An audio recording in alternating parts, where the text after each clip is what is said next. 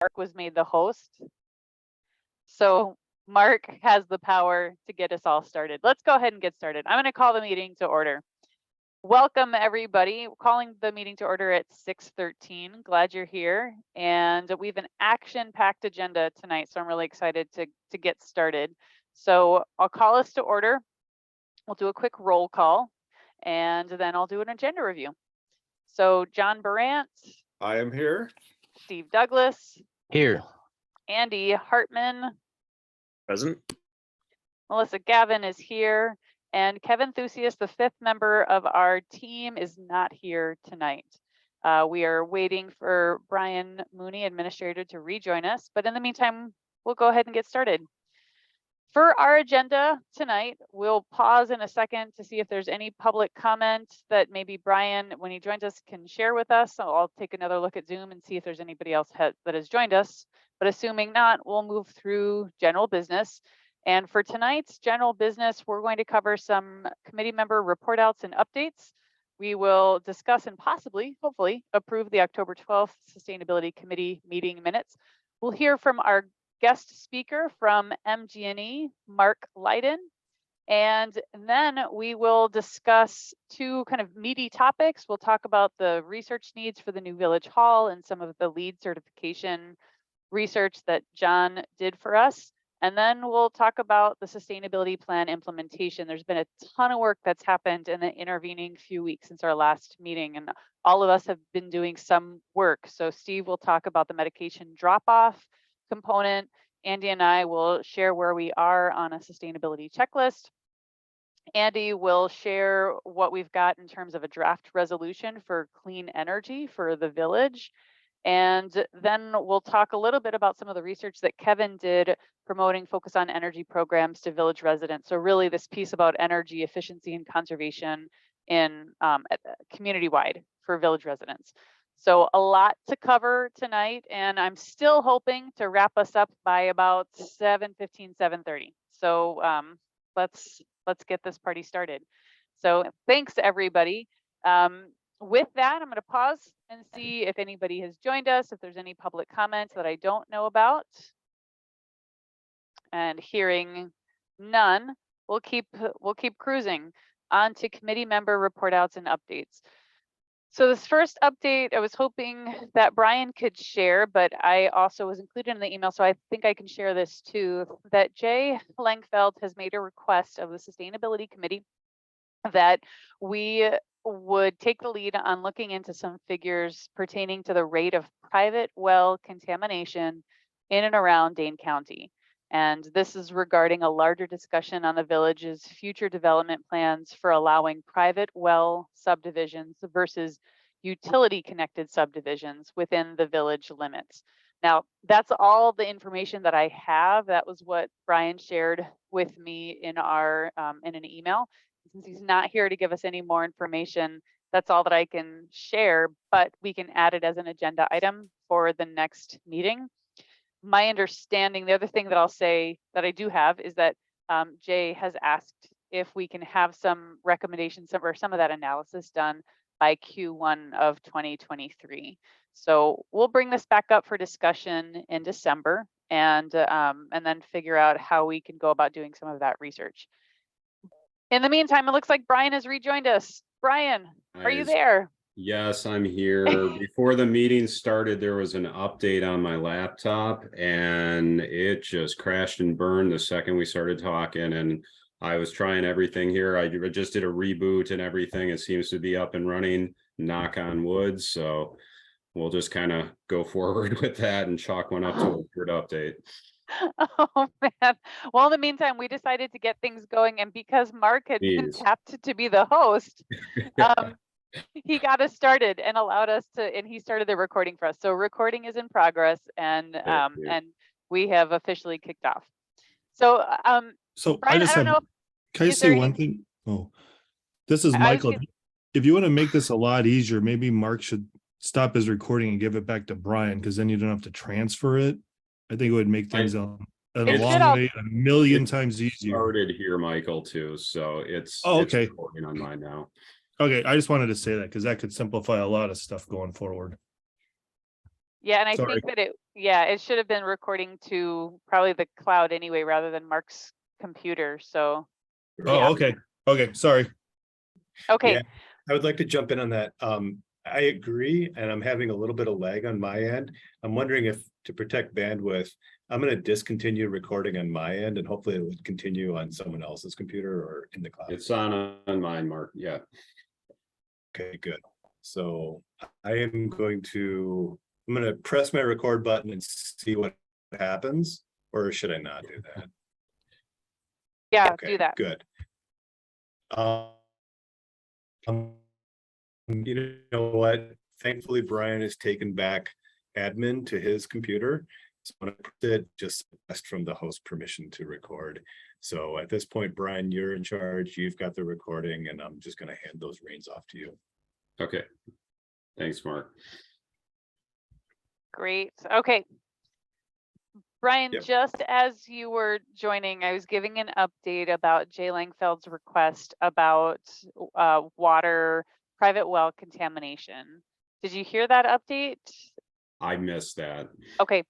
Is there anything that you want to say about that? I basically shared what you emailed me. Okay. Is there anything else that you'd want to share other than, we'll put this on the agenda for next month so that we've got a little bit more lead Sure. time? Yeah, and just to preface it, we had a meeting, plan commission meeting on Monday evening, and Jay sent out a list of bullet points, kind of covering some of the topics related to what the village is looking into in terms of a more substantial like review of our water utility and water philosophy. So as of right now, that was one of the various topics to look into. And it looks like we're having bandwidth issues. Hopefully this will hold through here. But hopefully we can get a little bit more research info related to the private wells and contamination topic from a sustainability side of it, and get that info back to Jay, and see where we go from there, with hopefully a village kind of focus going forward on how we're going to develop that strategy. And Brian, do you gather that it's okay for us to hold off on talking about this until our December meeting? Sure, of course. I think we're targeting more of an end of the first quarter 2023 timeline to get something back to the village board.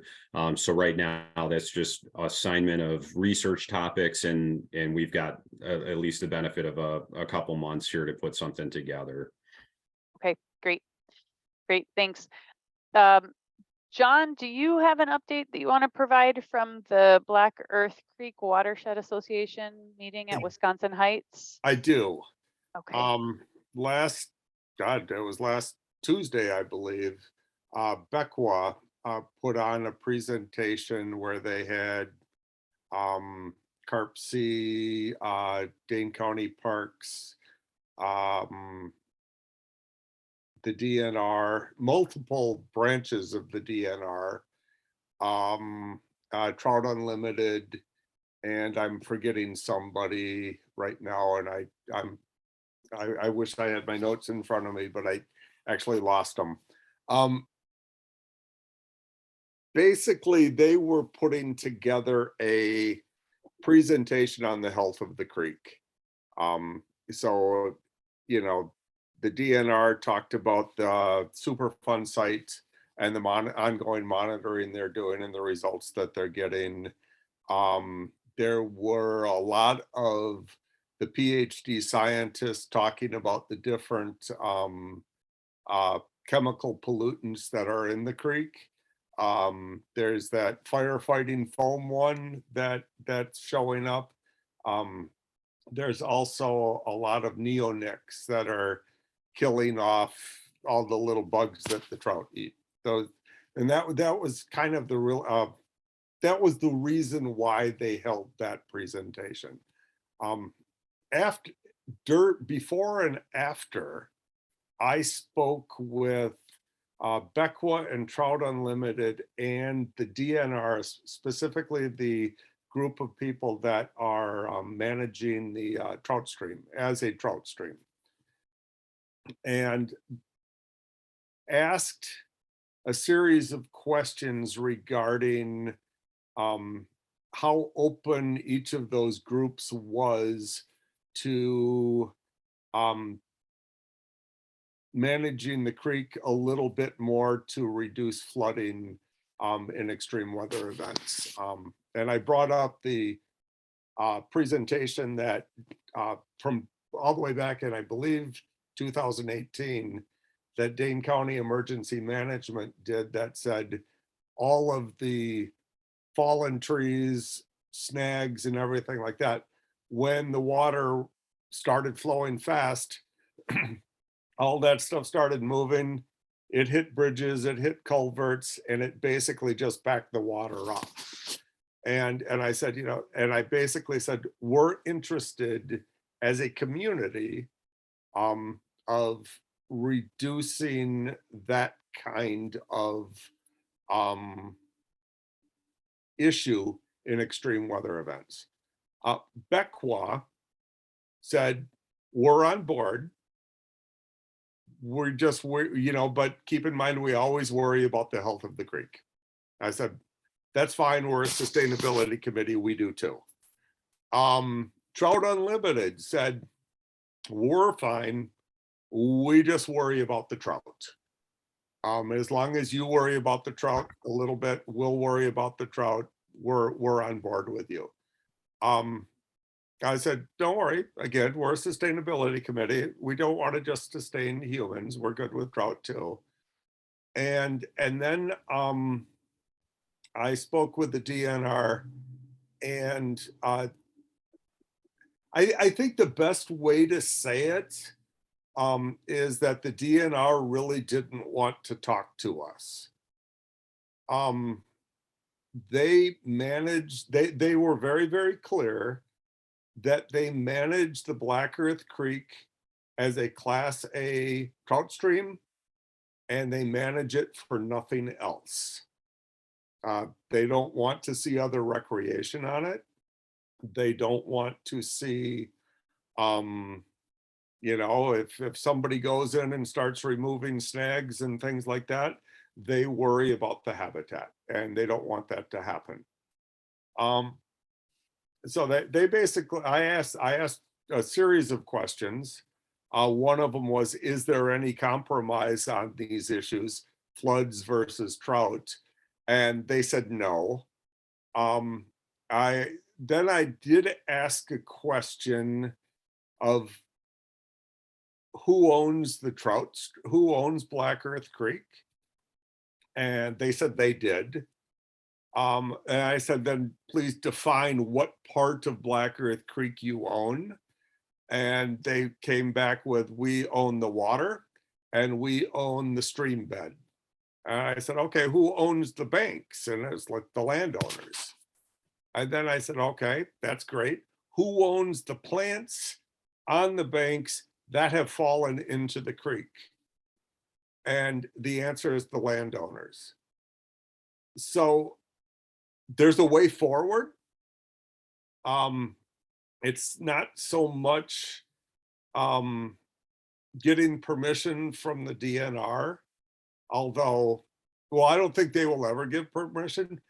I think working with Beckwa and Trout Unlimited and the landowners to say, you know, we've got this tree that fell in the creek, it's blocking water, it's not healthy for the creek, it's not healthy for, you know, the community during floods, can we remove it? I think that's the way forward. And once I kind of mentioned that, DNR didn't want to talk to me anymore, they left. So, okay, and so thanks, John. And so John, I don't know how much just a little bit of context. So this was a, as John said, a Beckwa Black Earth Creek Watershed Association meeting at Wisconsin Heights. And they had reached out to Brian to share it and see if there was somebody from the sustainability committee would go. And John joined as our liaison. And, you know, how this connects to the sustainability plan is this piece around reducing flooding. So That's helpful. John, do you have any suggestions in terms of like a group to work with to organize and mobilize around clearing some of those obstructions, or whether it's even I do a I do time? have I do have a series of people that because this discussion has been going on since Trout days, and right now the Lions have said they want to be involved. Actually, the Chamber of Commerce has said they want to be involved. I believe the Boy Scouts, but you can ask your husband specifically, Melissa, has said they want to be involved. And so there are groups of people that are willing to put forth the effort. But I think if we're going to do that, we still need to we still need to communicate back and forth with Becwa, and we should definitely communicate back and forth with Trout Unlimited before we go forward. But it's all going to start with a group of, identifying the landowners and then communicating with them and saying, can we do this? Because if the landowner gives permission, you can do it. It's going to be a longer process than you think. Okay. Well, Jen, I'm going to move us along from that one, but let's just kind of keep that on the radar that it's going to take a little bit longer than we want, and that there are other community groups that we can be working with in order to move those obstructions in a way that doesn't put our trout stream designation into any kind of jeopardy. Right.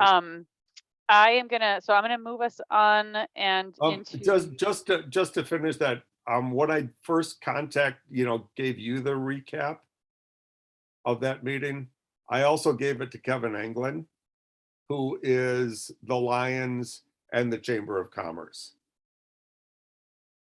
They want to know what's going on, and they want to help as well. Great. So it might be where the Sustainability Committee knows about this, but it might actually end up being, the footwork might end up happening with those groups. And I think that probably makes the most sense. I think it's something that we need to know about, but not necessarily need to take any kind of lead on. That seems right to me. Okay. All right, I'm gonna, just because I'm looking at the time, and we've got a guest speaker and we've got a ton of other things. I want to move us on to the meeting minutes, and the October 12th meeting minutes. Have folks had a chance to review those? And if so, is there a motion to approve? Yeah, I will move to approve the meeting minutes as they stand. Thank you. Andy, is there a second? Steve will second. Okay, is there any discussion? Okay, all in favor of approving the meeting minutes as presented, say aye. Aye. Aye. Okay, any opposed? Terrific. Meeting minutes passed. I want to welcome our guest speaker, Mark Lighton. Mark, thanks for joining us. Are you able to, is your technology good now? Are you I able to believe share? it is. Lag is not too bad. Thank you, Mark. Yeah. Okay, great. Now, I'm going to give just a little bit of context here. We asked Brian if he would reach out to somebody, our point person at MT&E, to help us to join this meeting, and then to help us understand what are the village's options for greening our energy, for bringing in more renewable energy, what, and help us understand our baseline. Where are we starting with? How much renewable energy are we currently using? So Mark has graciously agreed to join us on a Wednesday evening and help us understand all of that. And with that, I want to welcome Mark. And Mark, you've got the floor. So thanks so much for being here tonight. Absolutely. Appreciate the invitation. Can you see one screen, the screen share that I've got up right now? Yep, looks good. Perfect. Fan across plains, guys, thanks much. I'm a 15-year utility rep. I came out of Focus on Energy on both the residential side and the commercial side. And back when the Village of Cross Plains was partnering with MG&E and Focus on Energy on the small business program. I spent a lot of time in Cross Plains and was involved with the lighting project at that fantastic little hardware store, lumber store on the west side of town. Plus your coffee shop is killer. I've given them way too much of my money. So what I want to start on I'm going to focus in on the partnership side. I'm not going to lag through too long through these slides here. Your timing is good to initiate this discussion. And yeah, so just a little bit, this is a pretty high understanding group of where MG&E is at in the community. And you've probably seen a lot of this before, but it helps the level set. For MG&E, carbon and climate are real. That is, we're out there. We're kind of leading in this space, locally, regionally, and nationally. There's always more work to be done, but what motivates me personally getting up every day is the decarbonization side of the work that I do and being invited to these conversations. And when I hear Mr. Keebler, our CEO, say, if we can get there further faster, that last bullet point, we will do what we can. Of course, our job is to provide reliable, safe electricity and gas. But to that, now we have this new goal of net zero by 2050. We're going to do that by decarbonizing our mix, and I will get into that further, especially with the Village of Cross Plains. Increasing the messaging around energy efficiency and electrifying transportation and other end uses. That's a totally new space for utilities across the country. And I drive an EV. My 16-year-old drives an EV, and big fan of all that stuff. So hopefully you've heard, we are a part owner of Columbia, and of course, the mothership, the headquarters downtown, is really close to Madison Sourdough on Willie Street. Here's a little embarrassing story. On the day that MG&E announced plans to get out of that ownership, I walked over to Madison Sourdough, another coffee shop that gets way too much of my money. And I was talking with one of the baristas there. I was like, wow, did you hear this amazing news? And she looks at me, she goes, my dad works there. And I'm like, oh, gee. And she goes, no, it's all right. He's planning to retire before then. His job is not going to be affected by that. But just keep in mind that these are real people and real stories. So we're very conscientious of the carbon that comes out of that space, but also of the role that Columbia plays in the community. So that said, I want to get into the clean energy partnership side of things. Let's see here. What the teacher, is it Andrew or Adam? Andrew, if I'm in trouble. Andy, if I'm friendly. Perfect. Andy, I was saying to Melissa that I was LinkedIn stalking some of the folks and doing some background during the initial part of this meeting. And I see that you're a teacher at Middleton Cross Plains School. Is that right? Yeah, that's correct. Cool. Did you know that the school, through the school district, is an off-taker from our Maury Field solar array? Yeah, and I was just looking at the 100% completely carbon-free use of electricity that the school district is debating right now, actually. So sweet. This is blue skies for the utility. It's kind of a new thing where large off-takers, and I'm going to throw in Village of Cross Plains, is not a large off-taker, but it's a medium off-taker. These entities are approaching utilities, not just MG&E, but others as well, saying, how can we partner? How can we use utility scale pricing? How can we use utility scale models to achieve our mutual goals? And let's see, advanced slide here. So perfect shared solar, right? So we build the array, we own the array, and through an on-bill arrangement, community partners are voluntarily opting into the program, paying a little bit extra, but far less than they would if they were owning and installing their own arrays. First was a 500 kW array on the Middleton Operations Center, not far from you guys. That was successful. And then we upped that to the Maury Field array, which is 17,000 panels just north of Maury Field. We do have, I'm just backing up for a second. I do want to point out, you've seen this slide before, the bottom line there, the city of Middleton, right? So really any entity from a nonprofit to a municipal entity, ahem, to school districts, private businesses, again, sign up into this. I would suggest that I'm going to get into what the village's current grid mix is, but this is a relatively straightforward approach to ramp that up quickly.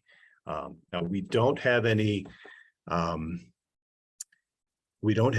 announced plans at this point, but Shared Solar 1.0, the first array on the top of Middletown Operations Center, was just open for residential. That sold out relatively quickly.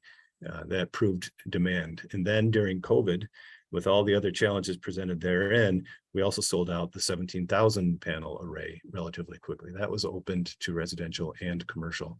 And the idea is, hey, Leiden and other commercial reps start keeping a wait list of potential entities that are interested in a Shared Solar 3.0. So I don't want to consume your time describing how the details of that program work right now. I'm happy to come back later if you'd like.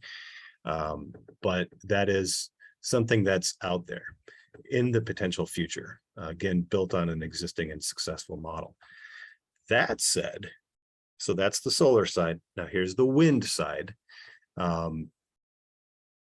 Green Power Tomorrow is a program that has been open for a long time and continues to be open. And already the village of Cross Plains is a participant in this program to a very small extent. One of the 26 meters that the village of Cross Plains has with the MG&E is enrolled in Green Power Tomorrow. Just one. It is the library. And I sent some of this info over to Brian. Brian, if you want me to resend it or polish any of that information up, I certainly can do that.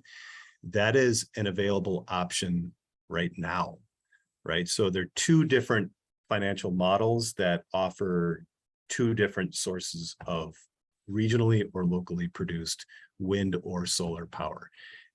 If you wanted to parse through the numbers in terms of what the costs would be and the availabilities would be, yes, I can help out with that. But again, right now, and customers is, depending on the weather, depending on the conditions, between 15 to 20% renewable, between 80 to 85% fossil. That's without any voluntary program. That's what everybody's getting. It's 15 to 20% green. Mark, I think you're breaking up a bit. Partial program. 85 across. Okay. What would you recommend? Let's see. Well, you sound good now, and so maybe I'm hoping there's just a glitch. I think what we heard you say. Thanks, Andrew. Did I? 85% fossil fuels, 15% renewable. It did say.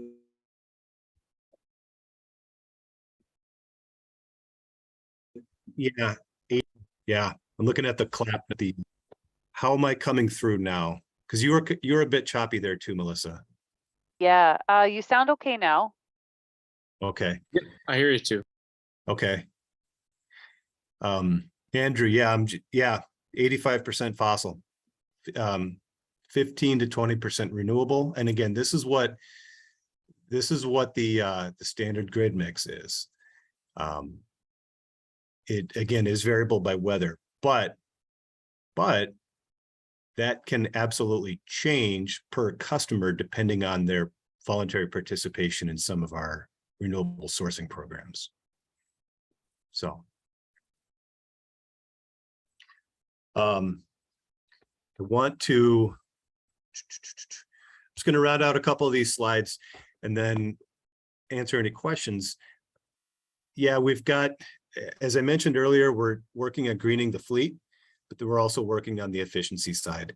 And, you know, the focus guys and I are on speed dial all the time, but then also more and more it's leveraging new technology to help control usage, to control demand, to control costs and avoid expensive infrastructure.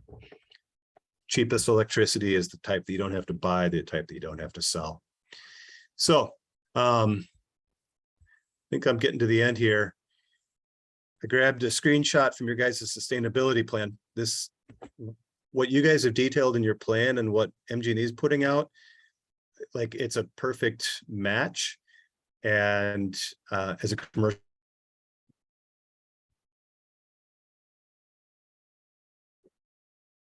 account rep, I'd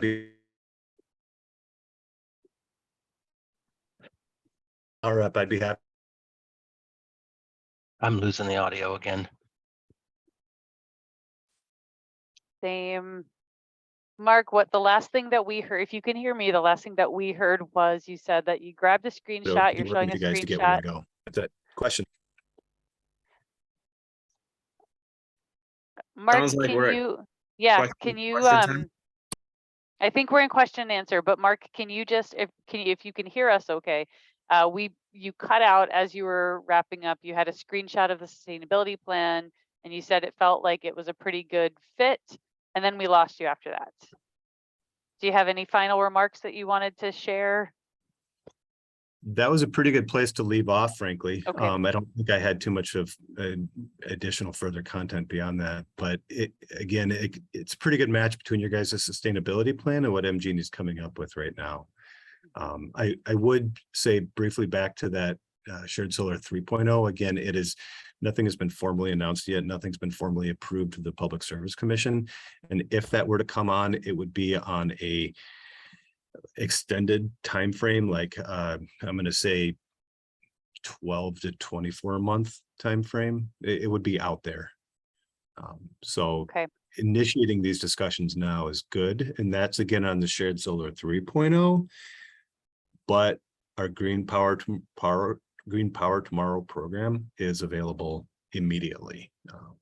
So 2 options for 2 different flavors of green electrons.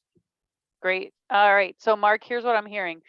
Cross Plains can only go up from here. We basically have no green electrons in the mix except for what's standard, whatever is the standard fare that we're getting through the grid. About 15% of our electricity is renewable, but that's just, you know, standard mix that that MG&E that is available on the grid right now based on where we are. And that can change based on whether we work through one or more of the voluntary programs. We have one of our 26 meters that's enrolled in Green Power Tomorrow, and that's where we're getting wind from. And that costs 1 penny more per kilowatt hour than we're currently paying. Correct. Okay. All right, folks, what questions do you have for Mark?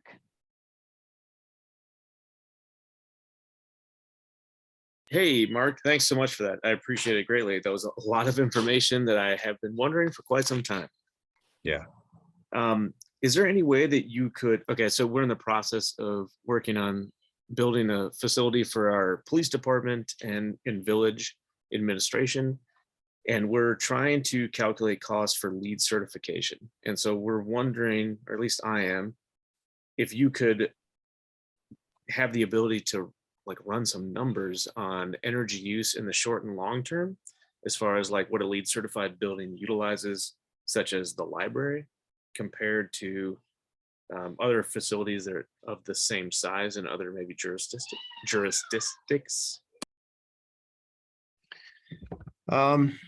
Probably.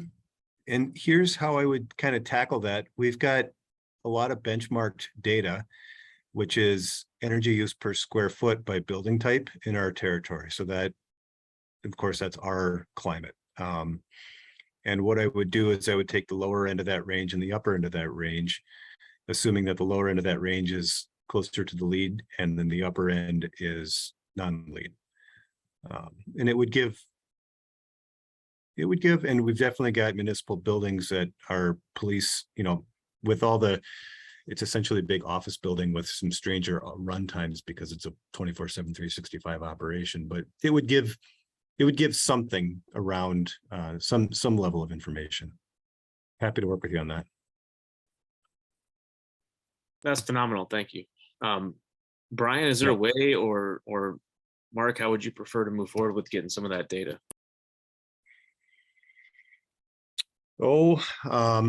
Email. Maybe I could come, I don't know, and hit that coffee shop out in Cross Plains, or we could follow up on this. I guess if you have some plans, if you have some specs on the energy side, of course, square footage,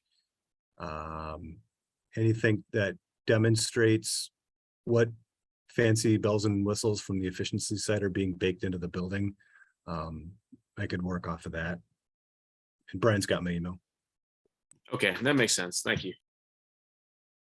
Mark, I guess I'm curious about whether is all of the village of Cross Plains in MG&E's territory, or some of it covered by Alliant. I feel like I've heard at one point that Park Elementary was just in the Alliant territory. Or are we all, is it all MG&E? Great question. And you know, I'm gonna throw a resource in the chat. This is a GIS mapping system, public, maintained by the Wisconsin PSC. Enter any address that you're curious about, and it will show who the electric provider is.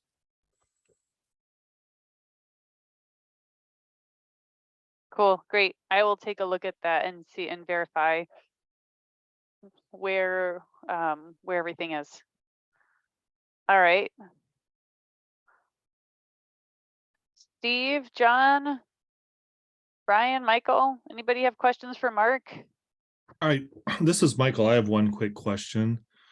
So you said right now that through the standard grid, it's 15 to 20% coming from renewables. I'm assuming that those are MG&E owned assets, as they own pieces of Columbia and Elm Road. They own pieces of other solar and wind farms, is my first question. And then the corollary to that is that you want to get to 80%. And what is MG&E's plans to do that?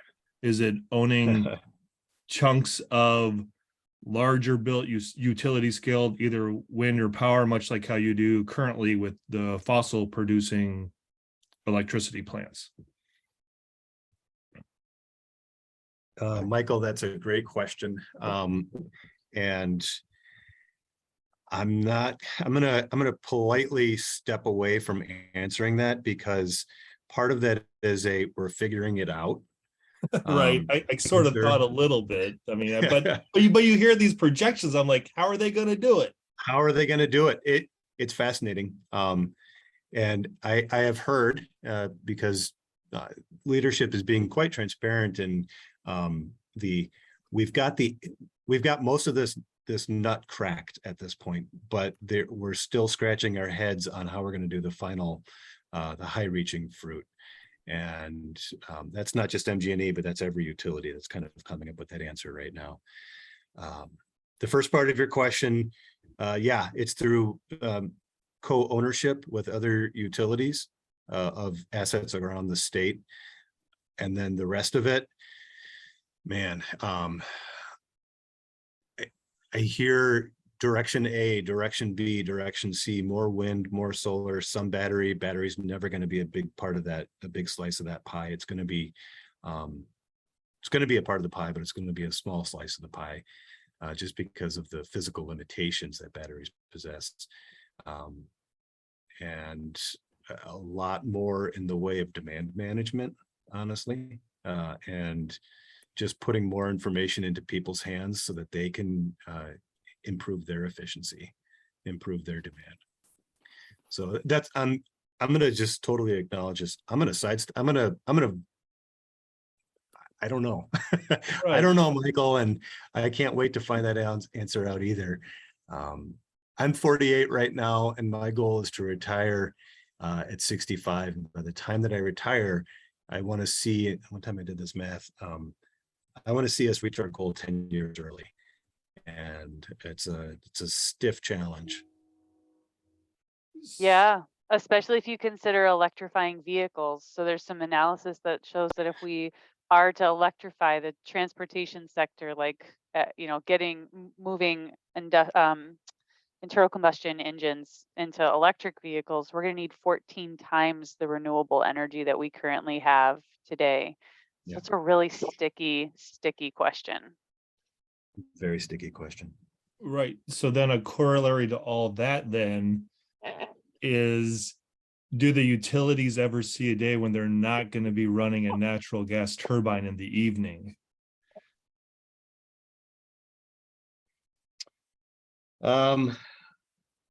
It's a tough question, I know, but it's like just throwing it out there. It's just the curiosity.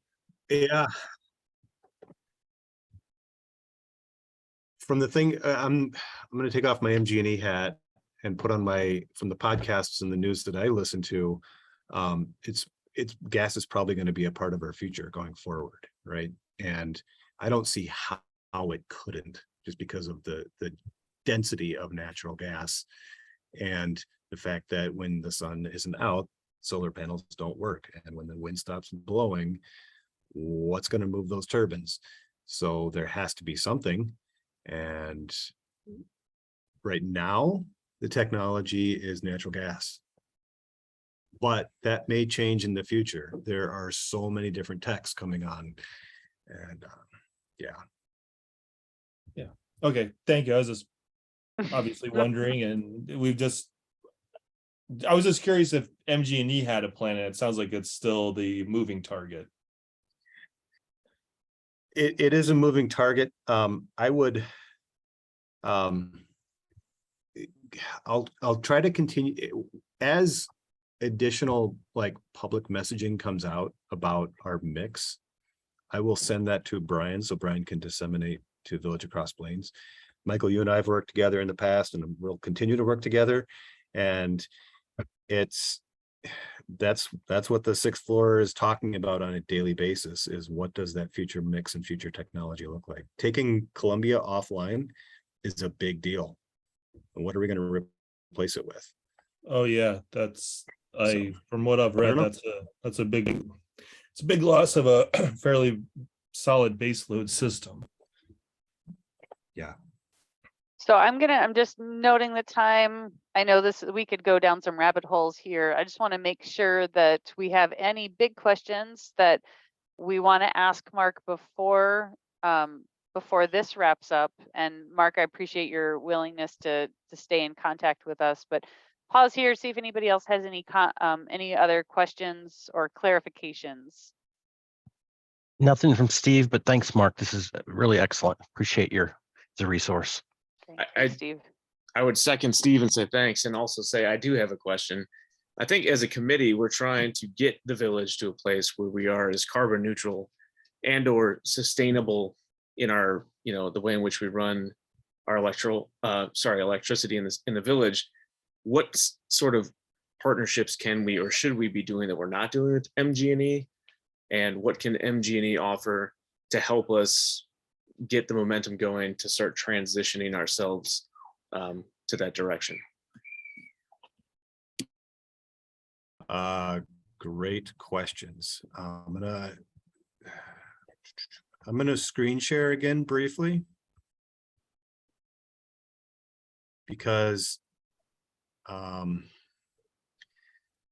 want to show this resource. These are the different addresses and meter numbers, and for both electric and gas. Okay, and taking an assessment of what you currently use by address,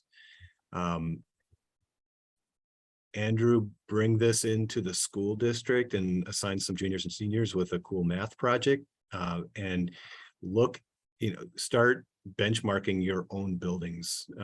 Start looking at what are the big outsized users. My account, hopefully you've seen this on your own home, or you've seen this in other businesses.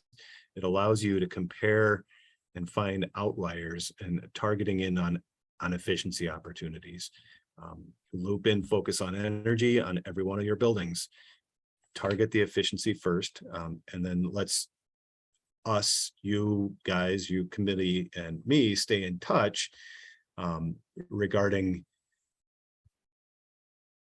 enrollment in some of the programs or coming up with reasonable targets.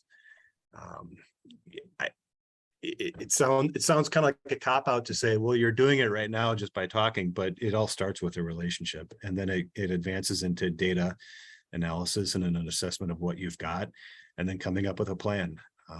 So vague answer, kind of a wishy-washy answer, but you're doing it.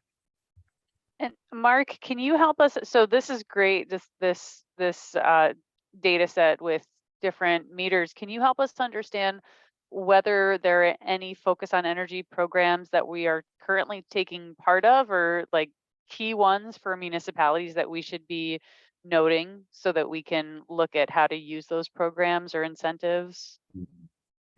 Yeah, absolutely.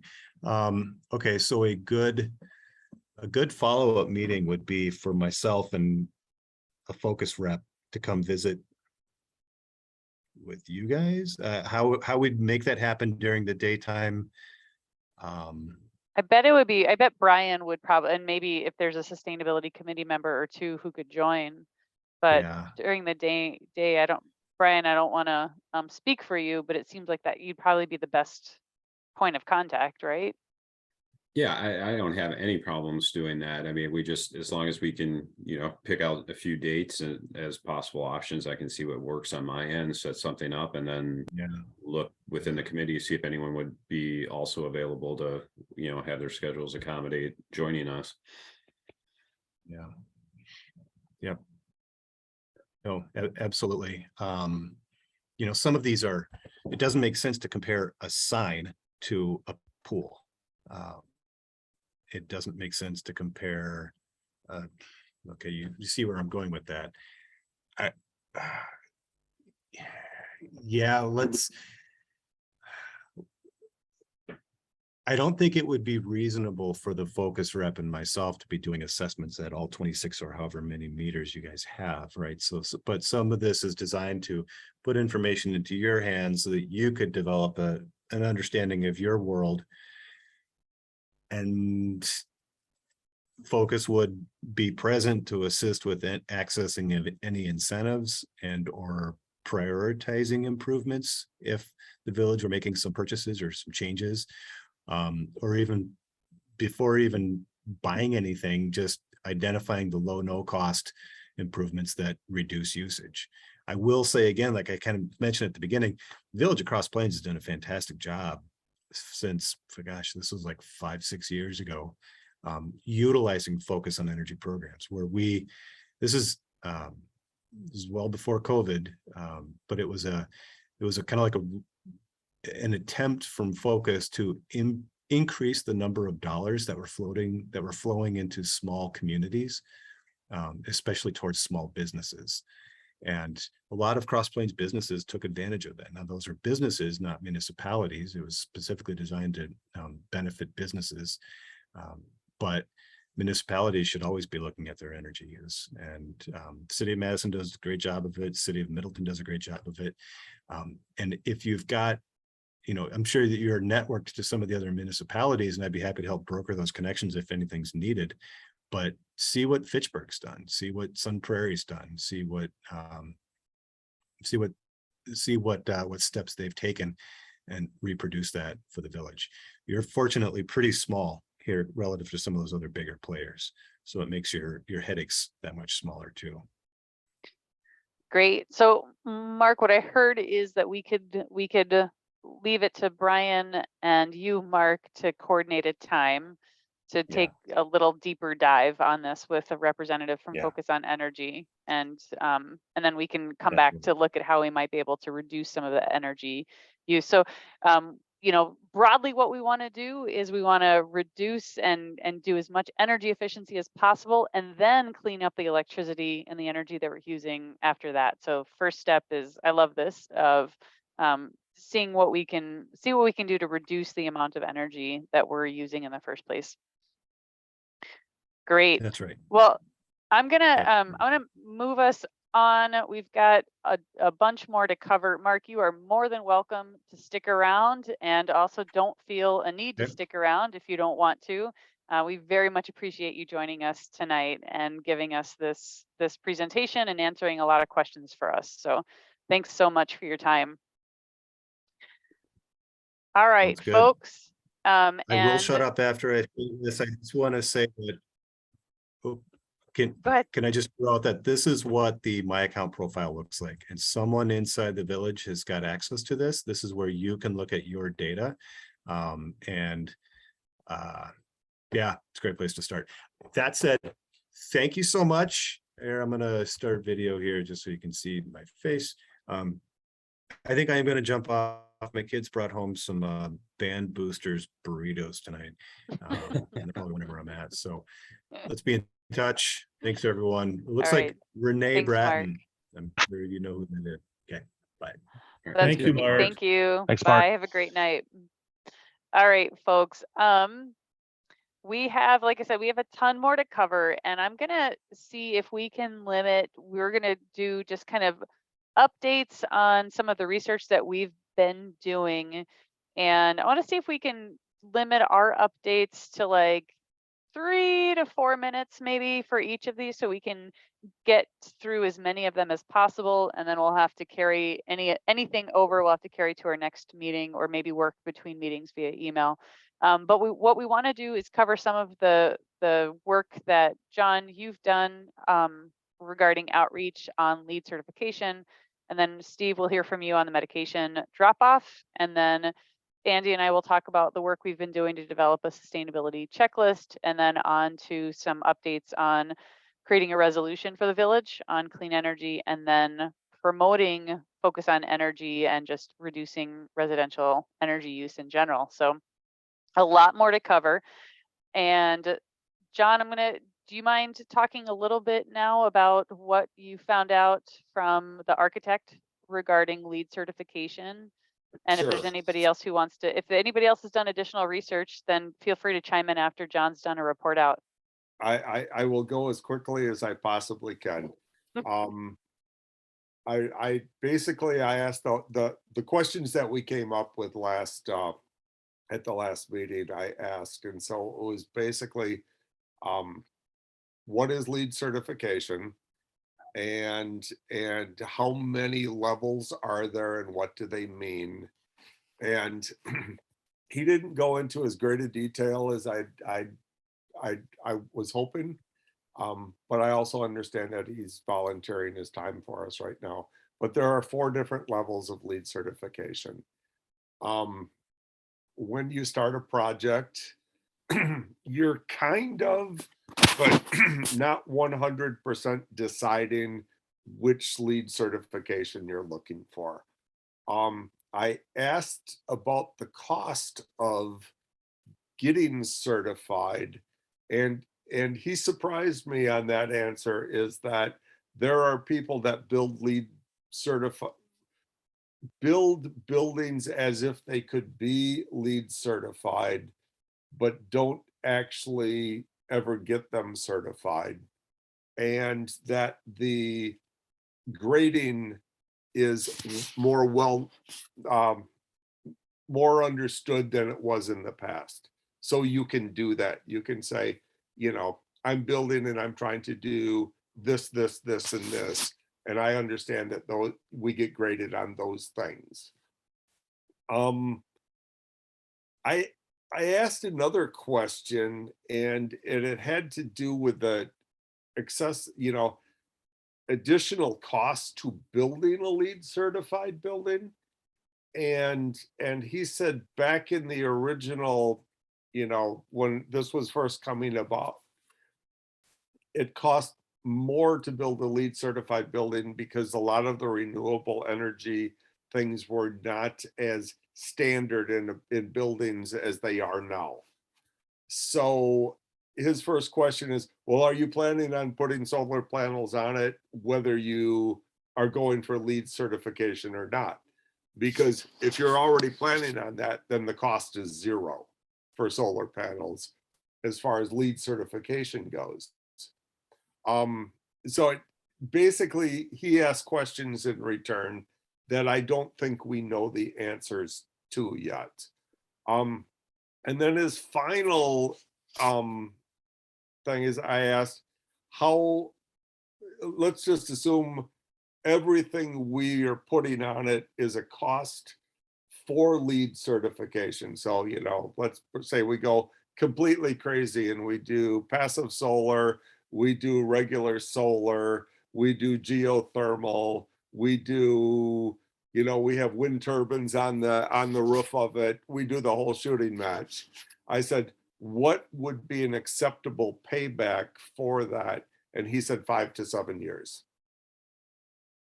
And if it doesn't pay back in 5 to 7 years, don't do it. That's what I got. That's great, John. And hopefully folks had a chance to read the emails too, but I feel like you did a great summary there of summarizing some very dense, you know, dense email that was sent to you. So I appreciate that. And he also said in a follow-up, if we want to meet with him face to face, he's more than happy to do that. Yeah. Yeah. And I think the question that I'm curious about from the committee is that it was surprising to me too, that he said that most, I think he used the word most of the clients that he works with end up not getting it certified, but they still follow the LEED, you know, requirements as if they could be certified, but there's an additional cost for certification that most clients don't find is worth the resources, which is what Jay seemed to be indicating early on when he asked us to do this research. So I'm really curious if folks have, to me, what it sounds like is a question of, is the money of certification? So I don't know if it's right to make it as simple as bragging rights, but there is, you know, there's the image of having a LEED certification building, and that says something about our community, versus the cost savings of doing it still to specs, but not going through the certification process, which sounds, the numbers are very squirrely, but it seems like we're talking more than $10,000 for the certification. Curious if folks have responses to that. I had my only thought in that regard was, are we then judge and jury? You know, of course we met that because we tried really hard. You know, to me, you can say, you can only, and again, it's bragging rights most likely, is, well, we did our very best to design a LEED certified building, but we don't really know, and we're not even really sure if it does what we hoped it would do. That probably sounds more negative than it was meant to be. No, I track you though. Yep. I'm feeling similar, Steve. I'm conflicted on that. Like personally, I feel like spending money just for that, knowing that the building specifications met X, Y, and Z LEED certification, you know, that seems like a win. But I don't know, just for an extra 10 grand to put a sign on that says silver, bronze, or whatever, that kind of rubs me the wrong way. I guess my question would be, what does that turn out to in the long run for benefits for the village of Cross Plains? Spending $10,000 to put LEED silver on the entryway to our village hall amounts to, you know, like a progression of the mission that we have here to be a sustainable community that's local with fishing and recreation. I don't know. Maybe in the long run it'll be worth it. Yeah, Mhm. the sign doesn't Mhm. mean as really all that much to me at all. What I'm concerned about is that we get what we're expecting to get.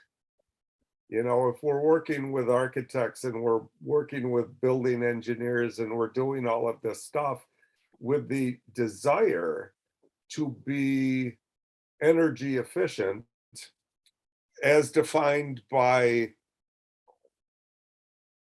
a LEED certification, that's how we know we did that's like our report card. It's not, I'm not saying this quite the right way. No, I get what you're saying. It's like, no, we did our due diligence. As a village, we are in line with our values of sustainable building Yes. and development. Yeah, I Yeah. hear you. I hear you. I think so there's some intangibles, right? And like what we're trying to do is monetize to some extent. Like there's the cost of certification, there's the actual cost. And then we're up against that or some intangible benefits of saying we did our due diligence. This is actually, this is legitimately saving electricity. This is legitimately saving water. This is legitimately meeting our sustainability goals through the certification process. The other thing that is a little, it's more intangible and hard to monetize, hard to compare to that figure, the cost for certification for me is we would be, if when you're certified, you're entered into this database that then other people can track to understand, okay, what does their project look like? So you start to join, I think you become part of a community of LEED certified buildings that other people can look to as models. And the more of those that are populated, the more that we have those around our community, the more people can see themselves in it. And so, if there's a neighboring community that's thinking about doing a LEED building, they'll be like, oh, Cross Plains did it. And so it just, allows us to be more of a more out there role model, which I think is also in keeping with our sustainability goals. But I definitely get heartburn about the cost of certification. So this is a very tough one for me, but I'm really understanding Jay's, pushing on this when he was talking about LEED compliant versus LEED certified. Steve, give us some wisdom. What should we do here? Yeah, I'm weighing in on the fact that yes, it's a tough one, and I too feel conflicted. I don't want to be negative, but I can anticipate if we can't allocate $5,000 for a grant writer, that would have the potential to return quite a bit of money back to our initiatives. The prospect of spending $10,000 for what a lot of people will perceive as just a sign in the hallway is going to be a tough sell. So that's a little bit of sort of my realistic bone thinking how this would pay off. But I think you can also publicize is maybe the word that we built to LEED standards. I think you can still make a big deal out of following the rules and following, the fact that you have an architect that followed the processes, even though we didn't go all the way to certification. I still think, there's benefit in that, the fact that we made that effort. Yep. So political feasibility. I appreciate that. One thing that I'm remembering when I was looking through the lots of details that we were given in this packet about this is I think somebody check me on this. I think we have up to 2 years to get certified. And if that's true, could we possibly go through the design process and if we were able to get it and it were compliant and then we were able to find the additional money for certification, that we could go after certification and then get the accolades that we hoped for? That's a good idea. Great idea. The answer is yes. I mean, apparently there are ways to do a lot of things financially within the the village finances to ensure that certain things go to other places. So, I mean, I would second what Steve said. The political viability is tough, and I do like the idea of trying to do it in a more creative way, which I think is probably our best route for success.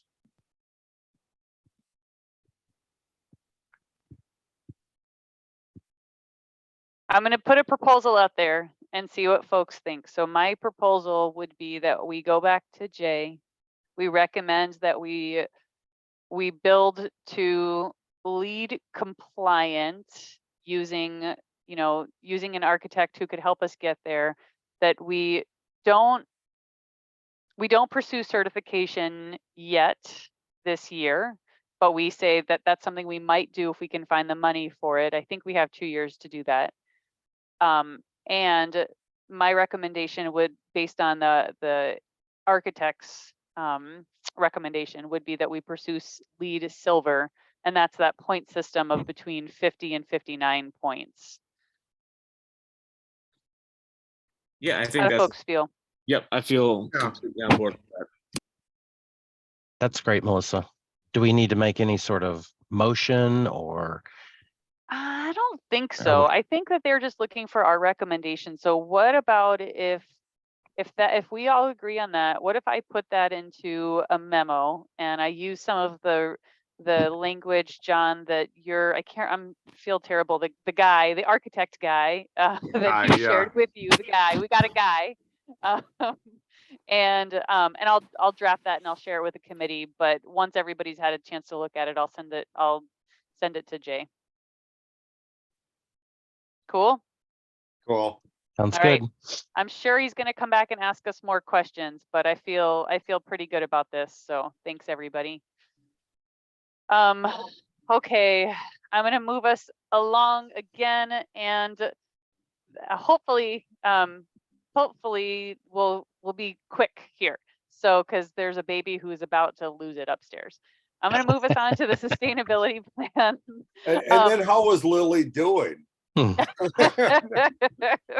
I understand Not Chris is happy. upside, but she is increasingly not happy. And this switch to used to be 8:20 and now it's 7:20. She's not fooled. She still thinks it's 8:20 and it's she's not on board.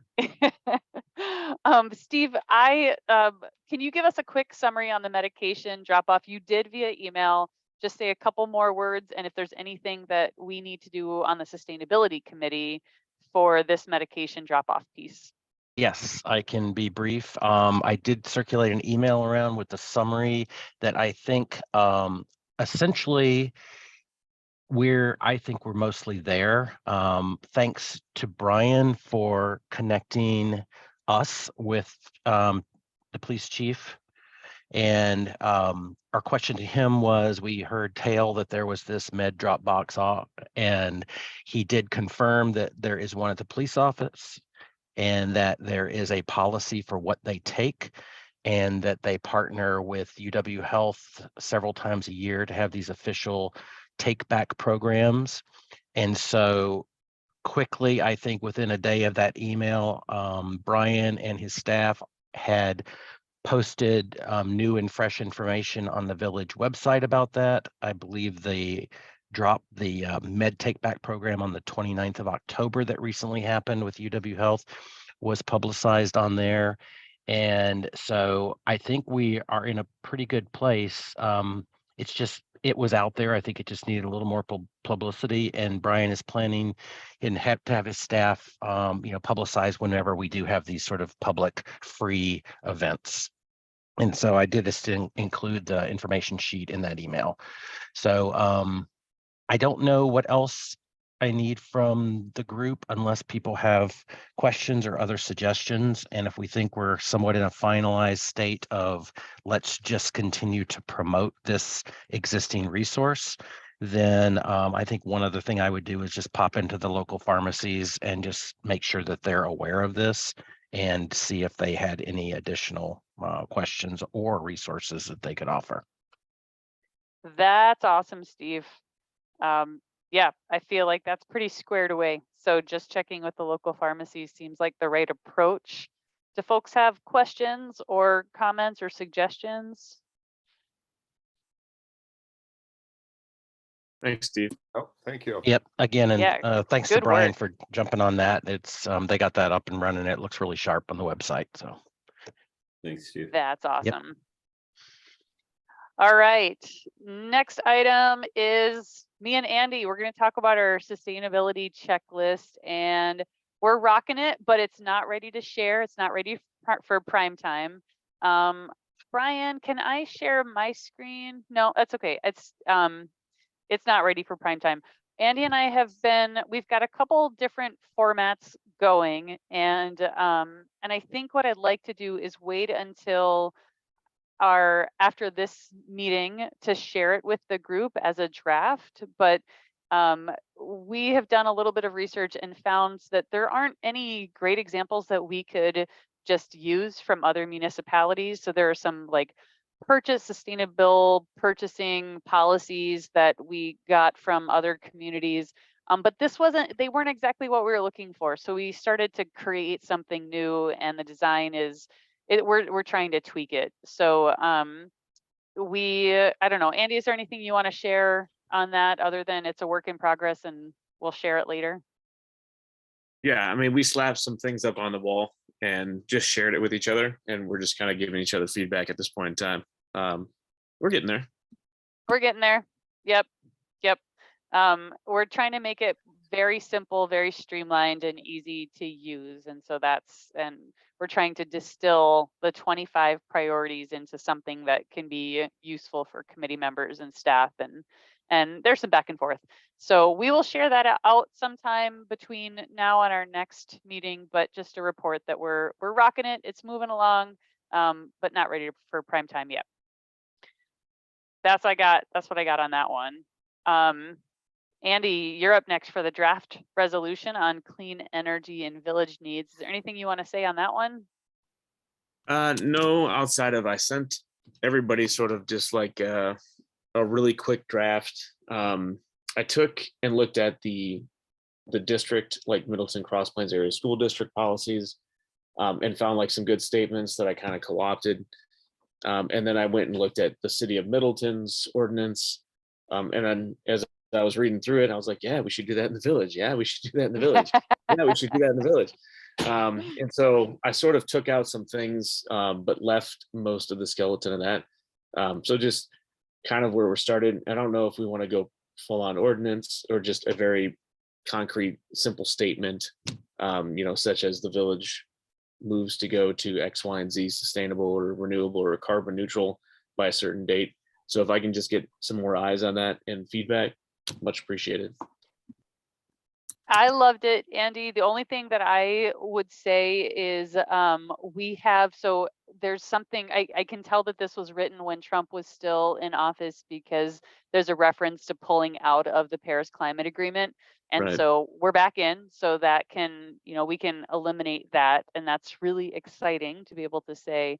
So the way that you sent it, it's like it's a Word document. Could we throw it into a Google Doc so we could play with it? Or Yeah, is for this sure. okay?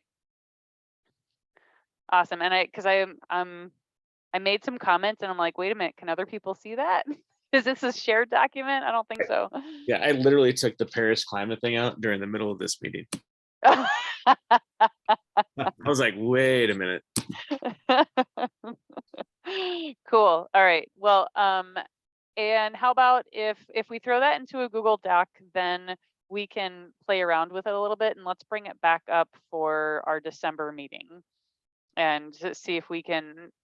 What I'd like to be able to do in an ideal world is that we can approve it on a next call in December to move it, to share it with, I don't know where it goes from here, if it goes straight to the village board, or I don't know what the process is, but I'd love to approve something from our committee and move it out. Does that sound like an okay plan? Oh, that just sounds like crazy talk. I am crazy. plan. But I'm ready to throw down. Okay, so we're all going to right. approve something? No. We're going to distract him with lead certification, and then we're going to get this going on the other Okay, side. Double whammy. All right, cool. Well, Andy, would you mind, if it's easy for you, could you throw that into a Google Doc so that we can play with it and share that with us? And then we can tweak it between now and our next meeting in December?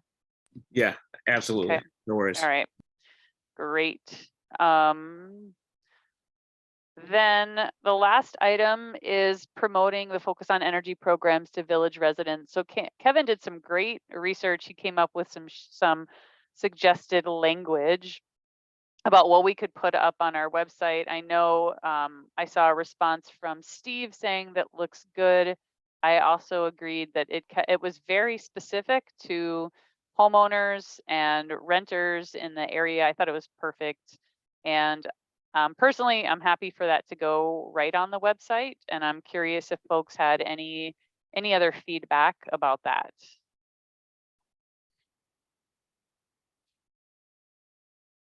I think it's ready to go. Same Okay. here. All right. Yeah. Well, and Brian, are you good on updating it, updating the website with this language that Kevin shared? Yeah, I had just told Kevin when he received enough feedback that he was confident with the final product, he could give it to me. I put it on the site. So if you guys want to do or make the executive call, we can get that up as presented, or if you want to forward it back to me tomorrow, we'll get it added from there.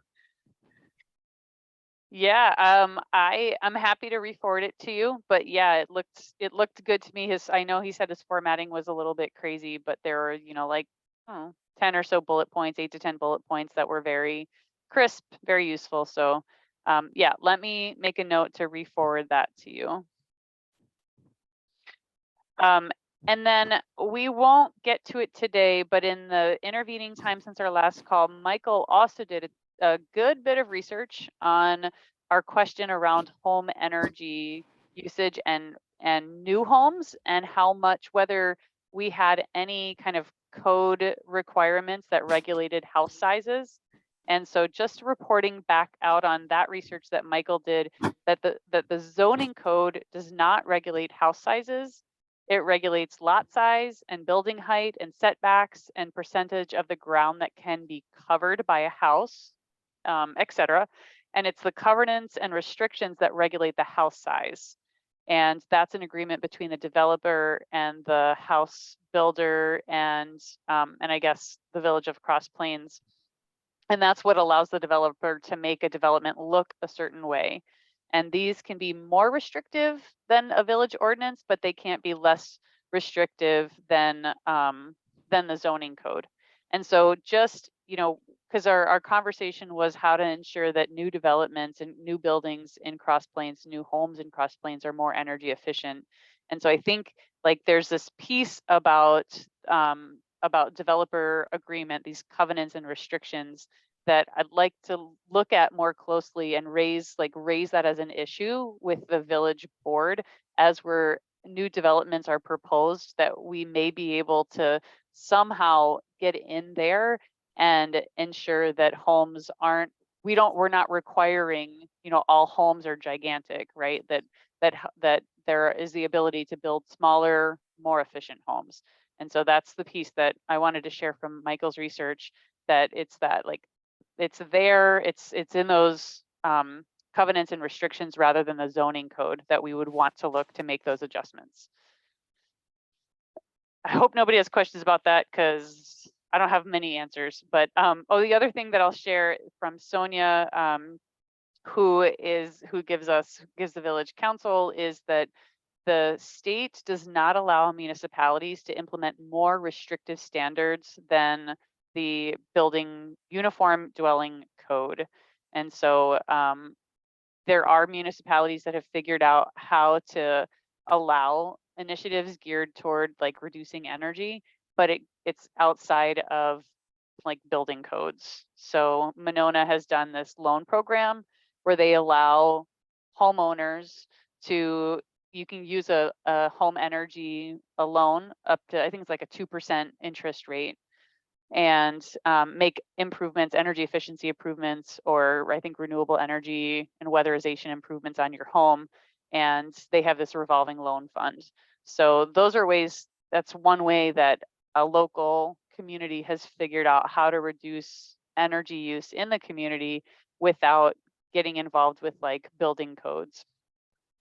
I would say like more to come on that. That's just some of the research that we've seen so far. And I think I'd like to dig into this question on a future call about how do we help the community reduce overall energy use. All right, folks, that's what I got. Any questions or comments or reflections on this piece around promoting, focus on energy and reducing emissions or reducing energy use by homeowners and renters in the community? It seems like that was what Mark was getting at throughout the entire time he was presenting, was that, we'd love to help you save energy, but it's kind of your job to do that. Was that the only one that was getting that message? Yeah, I think so. That yeah. And I think it's so that, and there's this, yes, I guess Andy has a short answer. So I think, and I'd love to explore this idea that Monona has used of having a loan program for homeowners in the community where it's a really low interest rate and you can use that loan to make improvements to reduce energy use on your home. And it, benefits it benefits Monona because they're getting that interest, but it benefits the community as well. So I think that's a really interesting model for us to think about. I would be interested in how they administer that. Are they using an outside group to manage the loans and all of that stuff? Do they have that built into their, community infrastructure, administration? I would just wonder. I'm looking at that and going, then you have insurance, that you would want to take out against bad loans and things like that. I'd be fascinated to know how they actually administer that.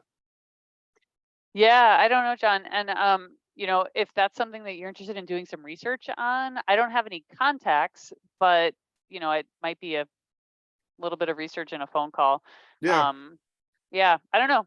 I think but it's an interesting model, and I think something that we might want to explore to help people, because it's that upfront cost of, focus on energy will give you a rebate for part of those things that you do, but it's that upfront cost that's really hard for people to swallow to make those upgrades. So yeah, no, yeah.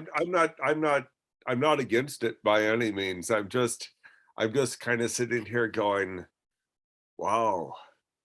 You go to the village office for, your to pay your real estate taxes, to get your dog licensed, and then you go to the loan department, and it didn't fit in my head. That didn't work. The loan department just was not something that should be there. I'm not saying that it shouldn't, but in my mind it can't be. So anyway, never mind. I babbled. Well, more to come, and you're welcome. If you want will. to chase that down, that would be really interesting research to do. I will. I made a note. I'm going to wrap us up here at 7:36, and we've come to the end of an action-packed agenda. So our next steps are thus. I am going to, well, actually, Brian, you're going to reach out to Mark and have a conversation with Mark and somebody within the Focus on Energy program to help us understand how can we start reducing energy from the village, from municipal sources. And I am going to draft a memo to Jay about pursuing lead compliance at a silver level, and maybe, pursuing certification later if we have the funds.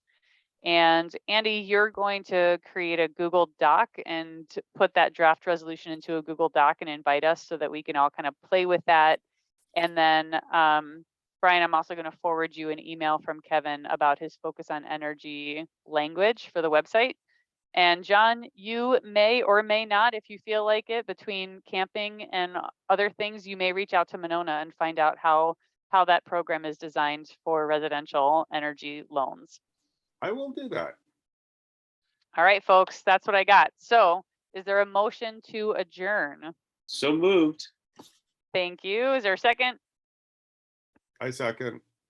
Thank you, John. All in favor of adjourning, say aye. I All in favor, that's right. I already did that. All right, nobody opposed. All right, good night, everybody. Good night. Night, guys. Have a great Good night, rest everybody. of the day. thank Bye. you.